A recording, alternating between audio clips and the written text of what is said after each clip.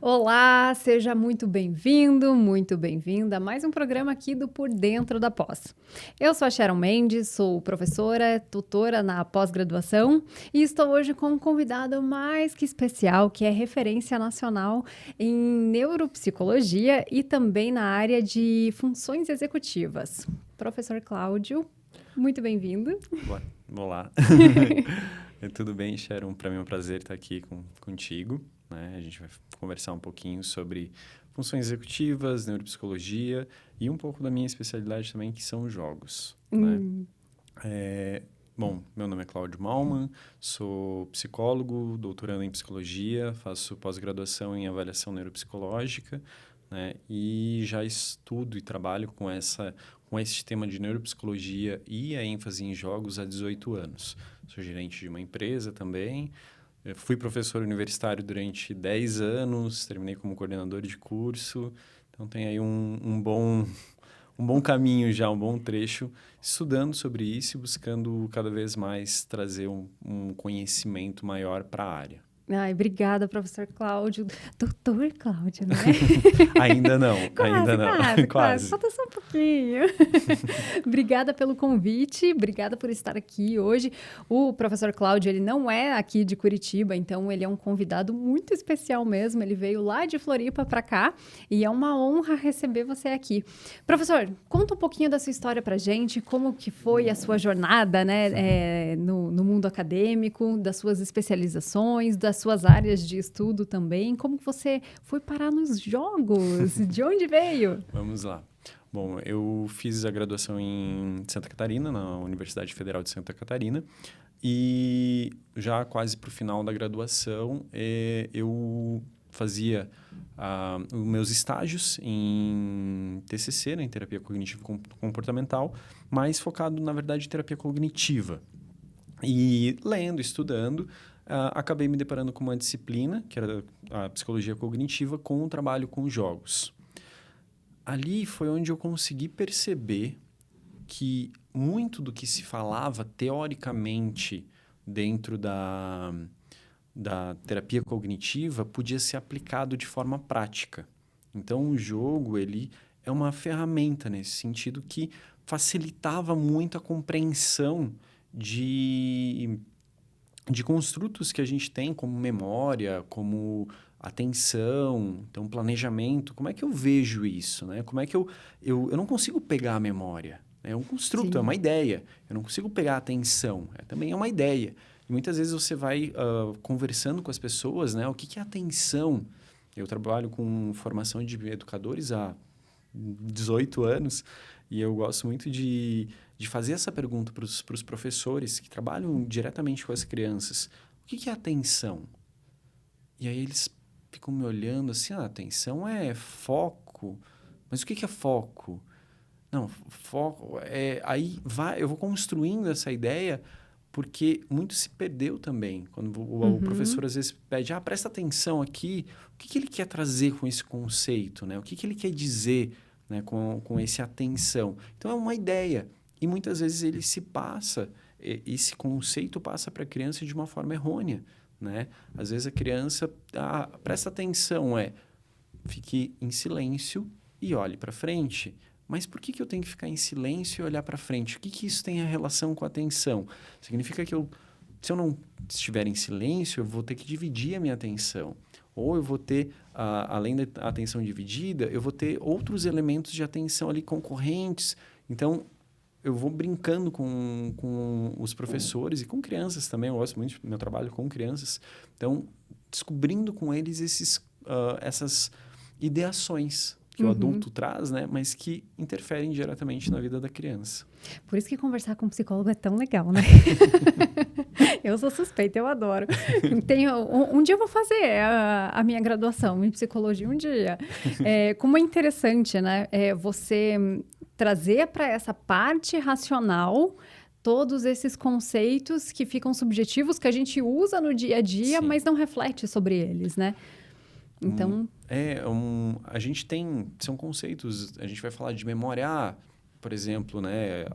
Hoje a gente tem uma população cada vez mais idosa, né? E que busca muitas vezes auxílio porque eu não consigo mais lembrar das coisas. Eu não lembro, eu estou com dificuldade de saber onde é que eu guardei. Às vezes, sim, está com um acometimento, né? A gente tem alguns elementos de demência também, né? Uma neurodegeneração. Mas, às vezes, a gente esquece que dentro deste processo, nós somos pessoas que estamos resolvendo problemas todo dia. E aí, quando a gente se aposenta, a gente tem aquela ideação de eu vou me aposentar e vou ficar tranquilo, não vou fazer mais nada. E esse não fazer mais nada, ele faz com que o cérebro nosso não tenha mais nenhum tipo de estímulo. E quando ele não tem estímulo, ele deixa de realizar as funções que ele precisa. E aí você começa realmente a esquecer, a perder digamos, esse componente cognitivo, né? Então, essa reserva cognitiva, ela vai deixando de existir. Uia, que pesado isso, né? E eu vi uma vez no livro do Renato Alves, que é uma referência em memória também, apesar de não ser da neuro, e nesse estudo ele comenta, né, nesse livro ele comenta que muito daquilo que a gente coloca culpa na memória é falta de estratégia. Como que você enxerga essa relação? Será que é falta de estratégia mesmo? Como que a gente pode usar isso a nosso favor? Vamos lá. Eu diria não só falta de estratégia, Sharon, mas às vezes falta de atenção. Ui. Porque vamos pensar o seguinte. Eu tô com um problema eu não lembro onde eu deixei tal coisa. Ou eu não consigo lembrar os meus compromissos, né? Primeiro, eu estou tendo clareza dos meus compromissos, eu presto atenção quando eu organizo eles, né? Quando eu agendo. Né? Não, eu preciso fazer tal coisa, tal coisa, tal coisa. E aí, você precisa fazer você precisa ir no mercado. Mas você pensou sobre isso? Ou você prestou atenção que você precisava fazer isso? Ou quem te pediu no momento que você estava fazendo outra coisa, né? E aí o planejamento da memória, eu tive um professor durante a graduação que ele dizia o seguinte, eu não preciso lembrar as coisas, eu preciso anotar o que eu preciso fazer para não esquecer as coisas. Então, essa é uma estratégia também, né? Quando a gente fala hoje, a gente vive a tecnologia, né? E a gente tem esse papel de muita informação. Nosso cérebro não é multitarefas. Ele vai alternando a atenção para essas tarefas. Só que são muitas tarefas. Sim. E alguma coisa se perde. Então, se a gente fosse resgatar para o momento atual, a gente está falando de um excesso de informação que está causando uma dificuldade na atenção que gera uma dificuldade de memória. Uau! Então, é um outro aspecto. A gente está falando de outras relações, né? E aí, sim, aí a gente pode dizer, bom, estou com um problema de memória. Por quê? Porque eu não consigo me organizar dentro de tantas informações que eu estou recebendo do meu dia a dia e o que eu faço com essas informações. Então, seria uma sobrecarga cognitiva por conta das demandas, Exatamente. desse excesso de demandas. Eu gosto de pensar muito, fazer um paralelo muito interessante do tempo dos nossos avós. 6 horas da tarde, a gente, né, se a gente está falando aí de 50, 60 anos atrás, a gente tinha pouca tecnologia, ou tecnologia televisão, rádio, né? Então, terminava-se o trabalho, você ia para casa, né? Então, você tinha aquele momento de parar aquilo que você tinha feito, né? Hoje, com a tecnologia que a gente tem, computadores, tablets, celulares, você não para. Depois que você saiu do seu trabalho, você continua trabalhando. Ou você continua recebendo informações referentes ao seu trabalho. Seja por e-mail da empresa, seja por estar numa rede social buscando alguma coisa sobre o seu trabalho. Seja para se atualizar ou qualquer tipo de demanda. Mas a gente não para. A gente não tem mais esse momento de respirar. Outra questão, e aí vem a intervenção também das redes, a gente fica muito tempo. E aí, o que eu converso muito com as pessoas, sono reduzido. Falta de sono altera as nossas funções, a nossa memória, a nossa capacidade atencional. Então, tem outros elementos que interferem também. Sim, e o sono é um ótimo indicativo, né? Sim. Você comentou dessa multifuncionalidade ou Alternância de tarefas, porque nós não Tá. somos multifunção. multifocais, né? Porque eu tenho escutado bastante isso, sem referência agora, né? Dentro das redes sociais mesmo, falando desse novo comportamento do ser humano de ser multifocal. Pode ou não pode, Arnaldo? Isso é verdade? Como eu falei, nós alternamos a nossa atenção entre diferentes tarefas, né? E pode ser com que informações sejam perdidas, então, nessa dualidade entre focar em uma, depois em outra? Além de informações perdidas, a gente tem uma sobrecarga de informação, tá? O que faz com que nós não tenhamos uma boa qualidade como é que eu posso dizer? Me fugiu até a palavra. Mas a gente não tem uma boa qualidade de entender aquele contexto e responder a ele. Nossa, me fugiu a palavra mesmo. Agora. Aí, ó. Muita informação? Muita informação. Não, mas a gente acaba com uma dificuldade de conseguir verificar que tipo de informação é relevante. Vamos por uma outra via, né? Mas entender qual informação é relevante para mim. Tá? Então, eu tenho imagina, eu estou realizando muitas tarefas, recebendo muita informação. Eu não consigo analisar qual informação dessas é relevante e qual não é. Qual ela é verdadeira, qual não é. E aí eu começo a agir com muita informação, mas pouca profundidade nessa informação. Esse aspecto gera um cérebro que busca informação nova todo o tempo. Então, eu preciso estar sendo estimulado a todo tempo, o que faz com que eu tenha uma maior possibilidade de frustração, uma menor possibilidade de conseguir focar num trabalho mais longo por um período maior de tempo, porque eu preciso de estímulo. Se eu paro para uma leitura que ela possa ser um pouco mais densa, às vezes é uma leitura um pouco mais chata, digamos assim, né? E falando, então, pós-graduação, graduação, a gente às vezes está lendo textos que são solicitados. Não é só aquele texto que eu quero ler. Sim. Eu não leio só por vontade. Ou, às vezes, é um texto que eu quero ler, mas a escrita do autor ela não é tão fluida. É mais denso, é um pouco mais técnico. denso, é mais técnico. E aí, o meu cérebro começa a buscar outra informação. Porque ele diz, isso está chato. Eu não quero mais isso. E aí, vai lá, pega no celular. Então, é aquela pessoa que está com um livro, mas aí está olhando no celular. Ou pessoas como eu já vi, tá? Isso é um dado empírico, de uma pessoa que estava...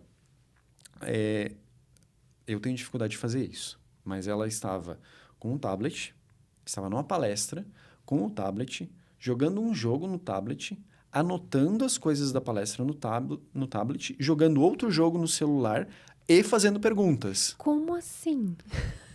Eu também me questionei. Eu falei, gente, alguma coisa está se perdendo. Você não consegue. Uma das coisas você está fazendo só para estimular. Então, eu olhei, né, fiquei analisando por um tempo. Os jogos, nesse momento, eram só para manter esse cérebro ativo, porque ele precisava de estímulo. Porque a palestra em si era uma ótima palestra, mas era um momento de uma fala com um tom de voz um pouco mais normal, né? E que o cérebro estava pedindo estímulo. E aí a gente tem uma geração que busca cada vez mais estímulo e a gente tem uma educação cada vez não vou dizer cada vez, mas que ainda mantém um padrão de pouca estimulação. E é um desafio para os educadores em sala de aula, né? Muito. Como você comentou, no presencial ao vivo, como agora nós estamos, não tem vezes 2. né? A gente Não. não tem como acelerar a fala da pessoa. Tem uns que falam um pouco mais rápido, né? Como eu, outros que têm uma fala, né, mais pausada, e você não tem como fazer isso. E como que o professor pode lidar em sala de aula com essa situação, com esse desafio? Porque ele tá ali, de forma física, presencial, não dá para acelerar a vozinha dele, né? Sim. E é essa criança que vem, muitas vezes, de casa hiperestimulada, né? Isso é um desafio muito grande, né, Sharon? A gente lida com educação. Uma das coisas que eu escuto muito de pais e educadores, em geral, essa criança só fica no celular. Então, os alunos não prestam mais atenção. Então, é isso que a gente estava falando, hiperestimulação. Sim. Eles precisam de estimulação. Então, você chega numa sala de aula onde nós ainda temos uma educação que é bancária, né? A criança sentada, ouvindo o professor, tendo que copiar. Então, a gente vai ter que começar a buscar mais estratégias, das chamadas estratégias ativas, né? E também olhar para os conteúdos e pensar em outros modelos, né, de ensino. Eu lembro quando eu comecei o trabalho com jogos, a gente teve um estágio de docência, né, num instituto lá em Florianópolis, e a gente foi trabalhar com o pessoal do magistério até. E dentro disso a gente fez algumas oficinas com as crianças na escola. E eu lembro que um professor de história chegou e ficou muito bravo, porque a gente estava atrapalhando a aula dele, o chegar na aula dele. Eu falei, nossa, na época eu estava trabalhando com jogos de diferentes civilizações, então tinha um jogo maia, tinha um jogo viking, Nossa, tinha um que legal. jogo africano. A África é um berço de vários jogos, né, muito interessantes. E aí eu falei, poxa, em vez do professor, muitas vezes, e não culpando ele, porque Sim, a sim. gente sabe de toda a carga do professor também, mas de buscar, às vezes, uma ferramenta diferente. Pô, eu vou dar uma aula sobre os maias, por que eu não trago elementos, por exemplo, de um jogo maia? Diz, olha, os maias jogavam. Por que eles jogavam? Qual que era a ideia deles? É um jogo onde você tem um ataque de duas tribos, uma tribo com a outra, porque eles tinham tribos separadas que se atacavam. O que isso tem em relação, por exemplo, com os vikings? Os vikings também tinham tribos diferentes que se atacavam. E esses jogos culturais, eles abarcam esses elementos culturais, né? Então, e você pode trazer, aquilo vai instigar a criança a dizer, nossa, olha só que legal isso, né? Então, eu particularmente penso o jogo como uma ferramenta muito interessante para qualquer profissional da educação, muitas vezes como um início de aula, né? Então, pessoal, Que vem aqui, legal. vamos conhecer uma coisa diferente. Mas, de novo, ferramenta. Sim, Eu preciso saber como usa. precisa de um mediador. Precisa, né? E aí entra-se esse papel, né? O que é mediador? Sim. Né? O que é uma mediação? Né? Então, a gente ouve muito isso, né? E muita coisa se confunde, né? O pessoal, às vezes, os professores... mediação é dar dica? Não, mediação não é dar dica. Mediação é fazer pergunta. Olha, pegaram, né? É fazer pergunta. E saber fazer as perguntas, né? Muito bom. Então, quanto mais você consegue organizar a pergunta que você precisa, né? Hoje, depois de um tempo aí de especialização nisso, né? São anos trabalhando com isso e trabalhando com professores e alunos. Você precisa conhecer a ferramenta, né? Entender a ferramenta e ver do que ela é capaz. Então, assim, o professor ele precisa também jogar. Se a gente está falando de jogos. Assim como se a gente estivesse falando de outras funções, mas a gente já chega nesse assunto. Tá. Então, o professor precisa jogar. Ele precisa olhar para aquela ferramenta e se interessar por ela. O aluno percebe...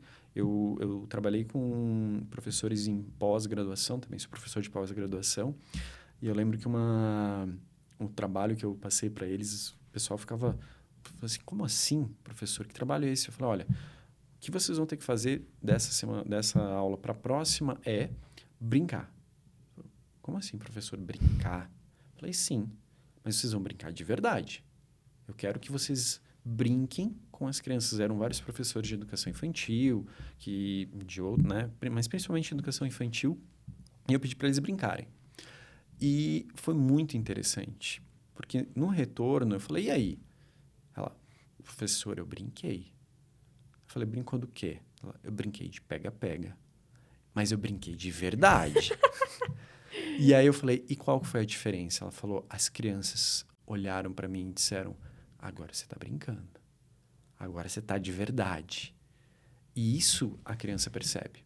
Né? Eu trabalho com pais, então, na empresa, uma empresa que comercializa jogos. Sim. Vejo muitos pais lá, eu quero uma ferramenta para tirar meu filho do celular. Vou levar um jogo. Mas você vai jogar? Não, é para ele. Eu falei, não leva. Não vai funcionar. Porque ele quer. O teu filho, ele não quer só um jogo, ele não quer um objeto. Ele quer presença. Nossa. Ele quer que você esteja presente. E aí é o momento onde vai te dar abertura para diálogo, para questionamento. Ali naquele momento. Por quê? Porque você vai largar todas as outras coisas que você está fazendo e estar presente. Mediação é estar presente. É estar atento ao que está acontecendo para poder formular as boas perguntas. Senão, você perde. Se você estiver numa relação ali, você e teu filho, você brincando, jogando ou conversando e você estiver no celular, você está perdendo informação. O multitarefas não existe. A gente perde informações importantes, sejam elas verbais ou não verbais.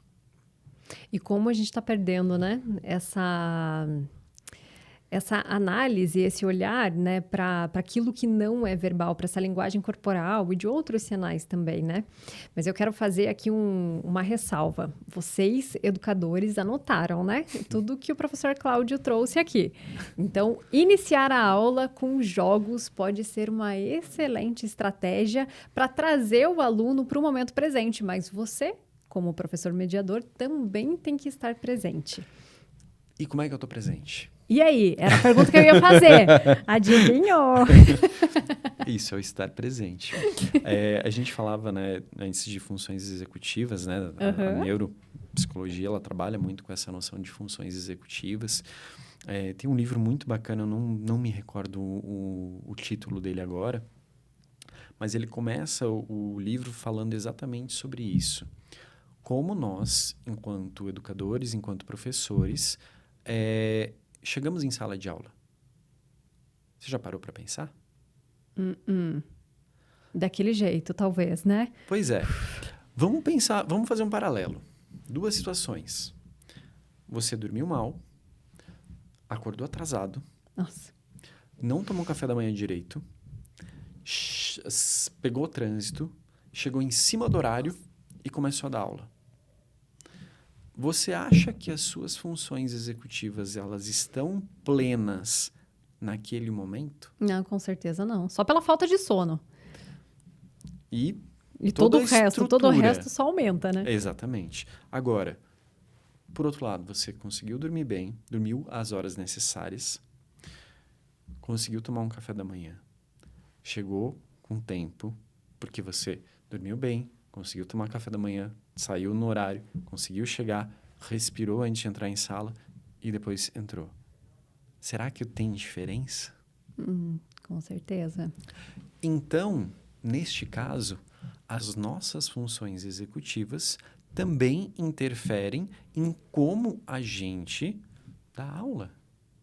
Interferem em como eu consigo passar esse conteúdo, em como eu consigo observar os meus alunos, em como eu consigo resgatar essas informações que eles estão trazendo de diferentes maneiras, sejam verbais ou não verbais, né? E a partir disso, analisar e tomar um rumo. Porque se eu não estou com as minhas funções plenas ali, presentes, se eu estou em sala de aula pensando no que eu tenho que fazer amanhã, no final de semana, eu não estou presente. Se eu não estou presente, eu estou perdendo informação. Se eu perco informação, eu não consigo. Aí eu vou para aquela aula do papelzinho já, né? Do slide pronto, repito, reproduzo. E eu não vou trazer uma discussão para o aluno. Eu não vou fazer ele refletir sobre aquilo. Olha que interessante, né? Todo o estado e a saúde também, né? Desse profissional que está indo para a sala de aula e não só aquele momento fechado dentro do horário de trabalho, né? Exatamente. É o ser humano inteiro, Nós englobado. não temos como dividir, né? Sim. Assim, já é clássico isso, né? Mas a gente não divide o nosso corpo da nossa mente. Não tem como eu dizer, não, eu consigo dar uma excelente aula tendo dormido muito pouco.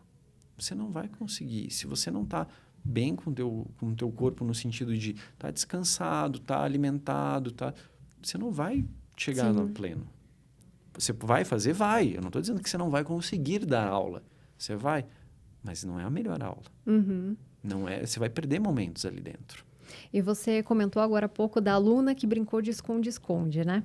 Então, como que esse brincar, ele pode ser benéfico para a saúde do nosso cérebro, para a nossa saúde mental? Como que isso funciona? Vamos lá. A brincadeira, ela vai se modificando, né? À medida que a gente vai envelhecendo, digamos assim, ou amadurecendo, né? Tendo um desenvolvimento neuropsicológico, as nossas brincadeiras vão mudando. Então, aquela primeira brincadeira do eu em primeira pessoa, depois eu passo para uma brincadeira em terceira pessoa, né? Que é bem interessante isso, esse movimento ali dos 3 anos, onde a criança deixa de ser ator para passar a ser um espectador. Né? Bom, você tem filha, né, Sharon? Eu também tenho.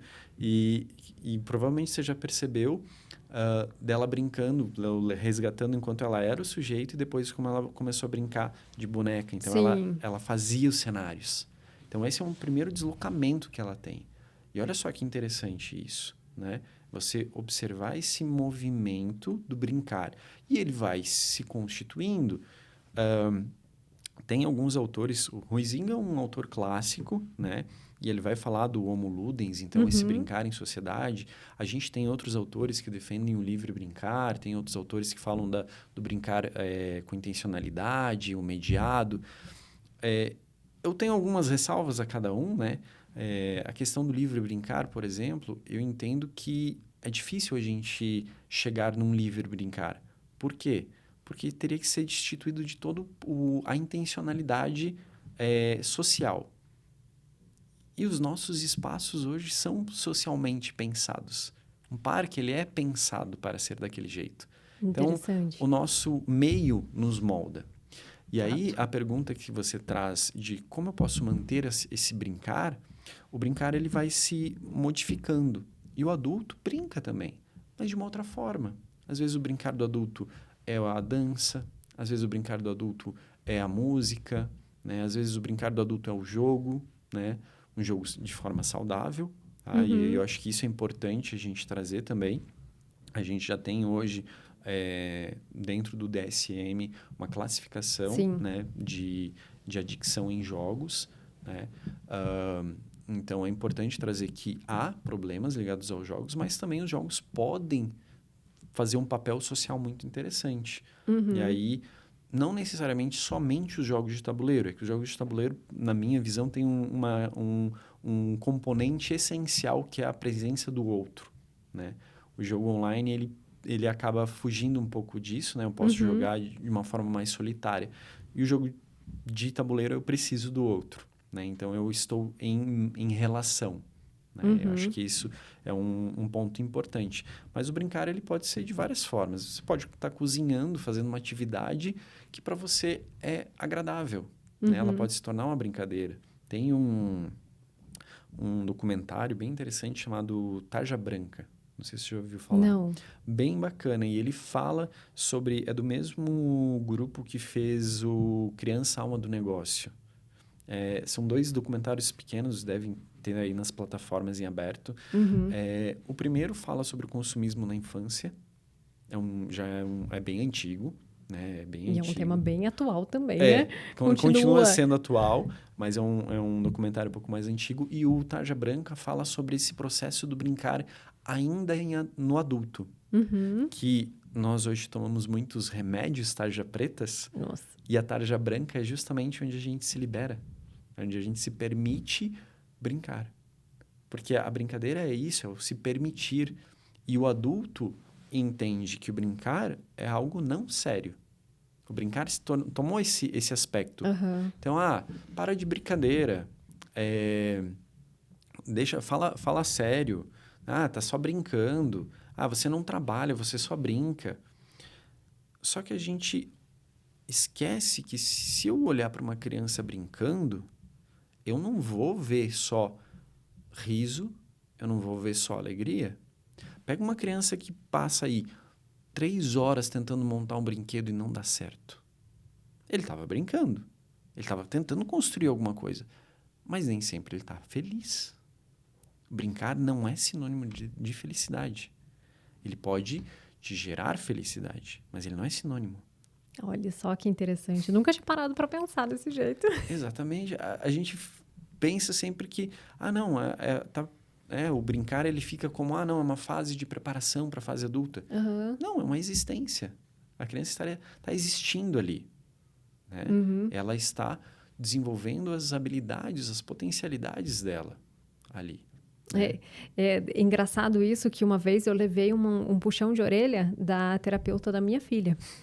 Porque ela tinha colocado as bonecas na sala e todo aquele contexto, aquela bagunça que no olhar de mãe e com a minha leve ignorância era uma bagunça, né? Então juntei tudo, ela foi para a escola, juntei tudo e guardei. Fim.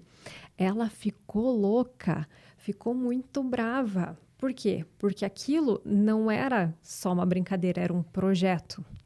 Então, conversando com a terapeuta dela, ela falou, e se pegassem o seu computador e fechasse, apagasse todos os arquivos, como que você se sentiria? Que é o que a criança sentiu naquele momento, que minha filha sentiu naquele momento, né? E eu achei isso muito interessante, que eu nunca tinha visto também dessa maneira, né? Que não é só o ensaio para a vida adulta. Aquilo está acontecendo naquele momento. Exatamente. E aí, se a gente pegar vou pegar esse exemplo seu, que eu acho bem interessante, é um momento onde ela está organizando as informações. O que ela tem para fazer? As bonecas. Uhum. A gente faz isso com papel, a gente organiza a nossa mesa para poder trabalhar. Ela estava organizando as informações, ela estava planejando. Uhum. Olha só, então a gente está falando de organização, planejamento, né? Dentro do planejamento, então, ela tem que observar todos os elementos que tem ali, ela tem que lembrar aquilo que ela quer fazer. Uhum. Então, ela está pegando todos esses componentes cognitivos e usando na brincadeira. Que incrível, né? Então, ela está vivendo aquilo. Sim. Conforme a gente consegue ir aprofundando isso, né? E aí vem exatamente a minha tese, né? É o como o jogo, né? Eu trabalho especificamente com jogos de tabuleiro, Uhum. né? Mas poderia ser a brincadeira, poderia... Como ele, digamos assim, desenvolve as funções executivas, tá? Então, por que eu digo, digamos assim, tá? É porque eu tenho justamente, eu estou buscando fazer um paralelo. Se é a ferramenta ou se é o processo. Interessante isso. Porque qual que é a grande questão? Há anos atrás, na época do meu mestrado, a gente usava-se um termo de jogos cognitivos. Uhum. Né? E ficou difundido até hoje. Tem algumas pessoas ainda que usam. Primeiro que o jogo não é cognitivo. O jogo é um pedaço de papel, um pedaço de madeira. A cognição não está no jogo. Uhum. O jogo não reconhece as coisas. Ele é um objeto. A cognição está no ser humano. Então, o jogo é um jogo. Né? A nossa cognição ela pode ser estimulada. Agora, eu não posso dizer que o jogo, sem uma intencionalidade, vai desenvolver. Por isso, o papel da mediação. A gente volta lá naquilo que a gente estava falando antes. Uhum. Então, o jogo enquanto um objeto, por meio da mediação, ele pode vir a desenvolver habilidades cognitivas. Né? Aí a gente bota habilidades cognitivas, a gente amplia aí não só as funções executivas, mas outras funções, né, que a gente tem aí planejamento, metacognição e outros elementos. Né? A gente sabe que funções executivas é um guarda-chuva muito grande, né? Sim. Então, são diversos modelos. A minha orientadora, a professora Natália Dias, ela teve um artigo agora de 2024, fizeram uma revisão, tem pelo menos 42 modelos de funções executivas. Uau! Então, assim, claro, a gente tem os mais difundidos, né, da Diamond, Zelazo, mas a gente tem muitos modelos. Né? E aí, nesses modelos, as coisas vão se organizando ainda, né? Então, tipo, tem alguns modelos que trabalham com algumas funções e outros que trabalham com outras. Mas, voltando, então, justamente, é o jogo que faz o objeto ou é o processo? É uma discussão filosófica antiga, né? É o martelo que moldou o homem ou o homem que moldou o martelo, né? Exatamente. Mas é nesse processo, né? Entender isso. A minha tese vai nesse caminho. Então, a gente está fazendo uma pesquisa experimental, no modelo experimental mesmo, né? Grupo experimental, grupo controle. Tentamos uma randomização. Então, para um grupo a gente conseguiu, agora a gente vai ter que voltar uns passinhos atrás, mas são os percalços do modelo experimental. E está tudo certo. Né? E justamente é isso. Entender qual é, né? E por que eu tenho ido para esse caminho? Terminando uma revisão sistemática agora, poucos estudos no mundo. No mundo? No mundo, tá? Empíricos. Nossa. Que trabalhem com funções executivas. Então, a gente está falando aí de 7 estudos. No mundo. No mundo. Resgatando. Sim. Tá. Em diversas línguas, tá? A gente teve... acabou saindo do modelo, mas a gente estava avaliando uma em turco. Nossa. E foi muito interessante, assim, mas ela acabou caindo fora porque ela não ligava diretamente com funções executivas. Mas por que eu falo isso, né? Por que é importante? Porque é uma ferramenta muito utilizada tanto por psicólogos, quanto psicopedagogos, quanto pedagogos, educadores em geral usam a ferramenta. E aí, essa é a preocupação de dizer, olha, você está focando às vezes na ferramenta e esquecendo do processo. E é muito comum isso, eu vejo muito isso. Então eu preciso de ter materiais. Você tem o material, né? A brincadeira do martelo, né? Se você sabe o que você quer fazer com o martelo, ele funciona. Se você não sabe fazer com o martelo, ele não vai servir para muita coisa, pode servir para coisas que ele não foi feito, né? Então, é uma ferramenta. E a ferramenta você pode adaptar, né? Aqui em Curitiba, há um grupo muito bacana da professora Tatiana Riesch, que trabalha na Federal, que trabalha com jogos também. Então, o grupo é super bacana. Tem um congresso que ocorre aqui, que inclusive foi onde eu consegui... Neuroludens, que a gente se conheceu, né? Então, é muito bacana ver, né, esse olhar de pesquisa mesmo, esse olhar sério para uma pesquisa de algo que precisa. Então, assim, a gente tem uma ferramenta, ela é usada, mas como ela é usada? Qual o modelo? Qual é o método que é utilizado? A gente precisa ter essa seriedade. Professor Cláudio, estamos chegando no final. Já. Eu fiquei assustada também. E é um assunto tão bacana, tão gostoso, que daria aqui para fazer mais vários programas, né? Então, para finalizar, eu gostaria que você deixasse algumas dicas para os educadores que podem estar nos assistindo. Eu ia pedir livro, mas eu posso pedir jogo? Ou os dois? Eu vou fazer algumas... Bom, primeiro eu vou falar de um material. Tá. Já vou puxar aí uma... 2 minutos só, a gente tem. Tá. Mas pode mandar. Vou puxar um material que nós tivemos o prazer de produzir, que é a Superação. Sim. Então, é muito bacana. Esse material pode auxiliar os professores para o desenvolvimento de funções executivas e outros mais. Então, procurem. É muito bacana com a editora Compass, né? Sim. Jogos. De novo, ferramenta, tá? A gente pode aí usar jogos que são muito legais. O jogo 4, que é um jogo da Copag, o jogo Trio, vamos lá, outros jogos que eu gosto bastante, que eu estou usando, na verdade, né, no meu no doutorado. A gente tem aí... nossa, aí foge. That's Not a Rat, Fantasma Blitz, dados. Esse é sensacional. Eu joguei com o professor Cláudio e tomei um pau. Esse é muito bom. Eu joguei essa semana com as crianças e foi incrível. Crianças de 7 anos, assim, dando uma resposta extremamente rápida. E de livros, para não deixar, o Tratado de Funções Executivas da professora Natália Dias e do professor Leandro Malloy Diniz. incríveis, inclusive onde eu tenho um capítulo Exato, eu ia reforçar isso. no segundo volume.